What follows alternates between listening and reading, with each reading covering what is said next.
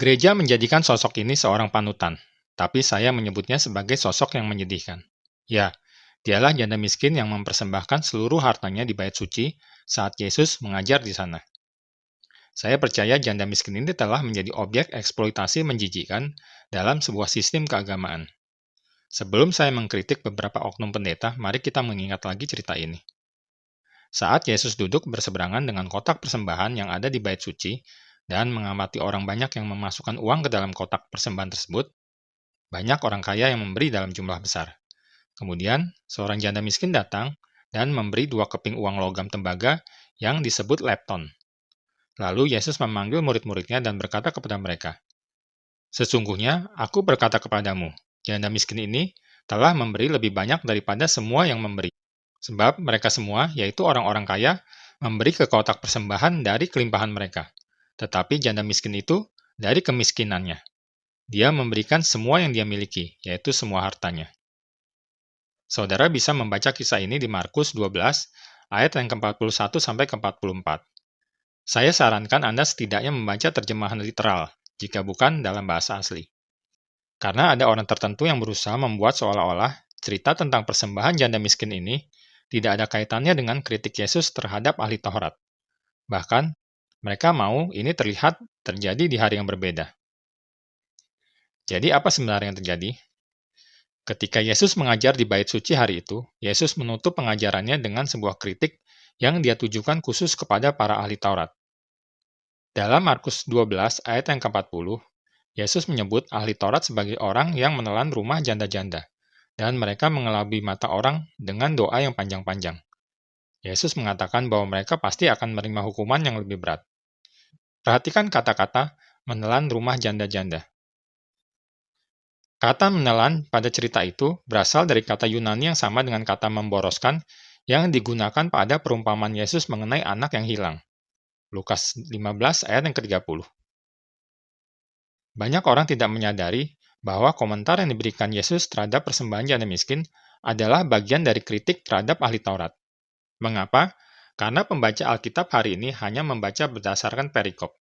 Mereka tidak menyadari bahwa penulisan ayat, perikop, dan pasal-pasal dalam Alkitab hanyalah alat bantu untuk memudahkan pencarian. Orang-orang Kristen awal tidak membaca kitab Markus dengan batasan pasal dan perikop. Sejatinya, kritik Yesus kepada ahli Taurat dan komentarnya terhadap persembahan janda miskin dilakukan di waktu yang sama. Yesus sedang mengkritik para ahli Taurat dan memberikan contoh seperti apa orang yang diperdaya oleh mereka. Menurut Anda, siapa yang paling banyak korban ketika gereja menyihir orang-orang untuk mempersembahkan sesuatu demi membangun bait buatan tangan manusia nan megah? Yang miskin atau yang kaya? Dan faktanya, uang yang diberikan oleh janda miskin itu digunakan untuk keperluan bait suci seperti kayu dan kemenyan. Itu sebabnya janda miskin itu bisa berada di dekat peti persembahan yang dipakai untuk persembahan sukarela orang-orang kaya. Sebab itu Yesus bisa melihat dan membandingkan antara persembahan orang kaya dan janda miskin tersebut. Anda bisa melihat posisi ke-13 peti persembahan di bait suci dan peruntukannya masing-masing jika Anda berkunjung ke situs-situs online resmi yang mengajarkan Yudaisme. Saya tidak yakin Yesus bermaksud memuji si janda miskin karena uangnya dapat digunakan untuk kayu dan kemenyan di sebuah bait buatan tangan manusia yang megah itu. Yesus tidak menunjukkan rasa kagum sedikit pun kepada bait tersebut.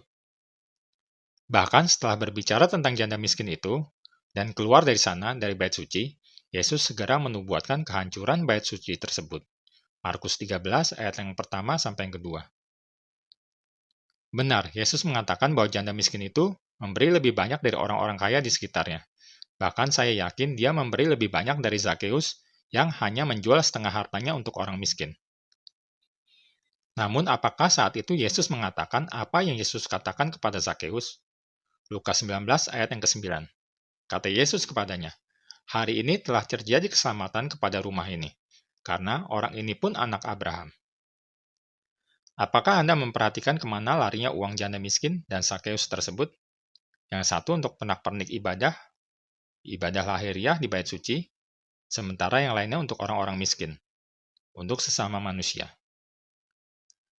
Yesus tidak peduli dengan kemegahan bait suci. Ketika Yesus menangisi Yerusalem, dalam Lukas 19 ayat yang ke-41, Dia tidak sedang menangisi dinding kota dan bait suci yang ada di sana.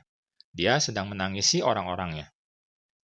Saya yakin Yesus pun tidak peduli dengan gedung gerejamu yang megah, panggung yang mewah, atau tata suara yang menggelegar.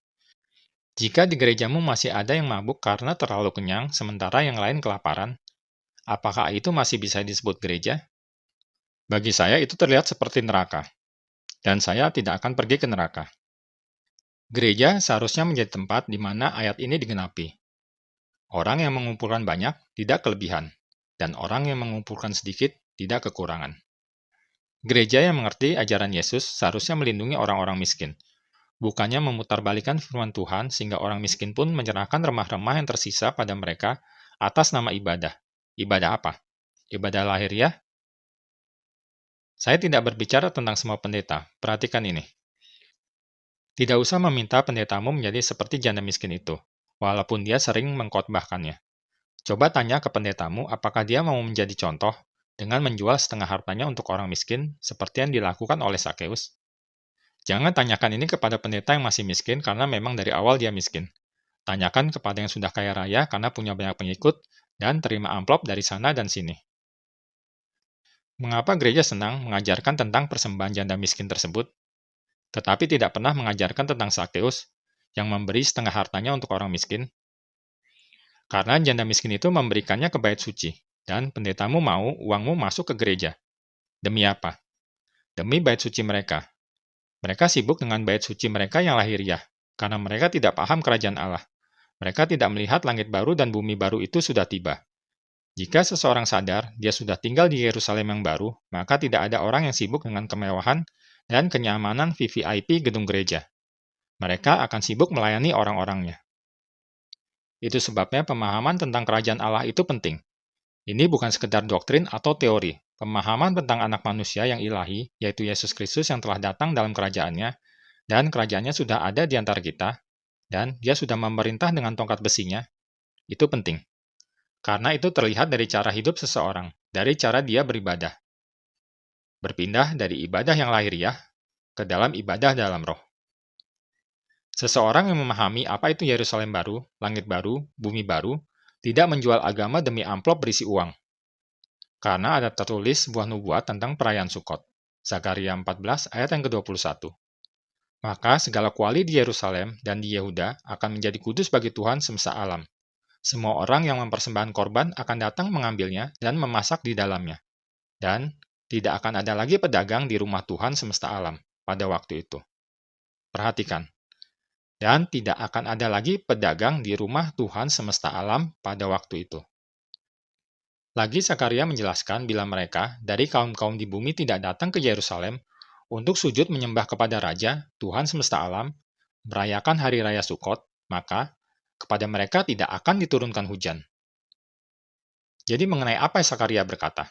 Apa hujan yang dimaksud itu tetesan air dari langit? Apakah Sukot itu perayaan yang masih dirayakan oleh orang-orang Yahudi sampai hari ini? Rumah Tuhan atau bait suci yang mana yang dimaksud? Yang jasmani atau yang rohani? Semoga Roh Kudus membuka matamu. Saya Oskar Soren, Tuhan memberkati.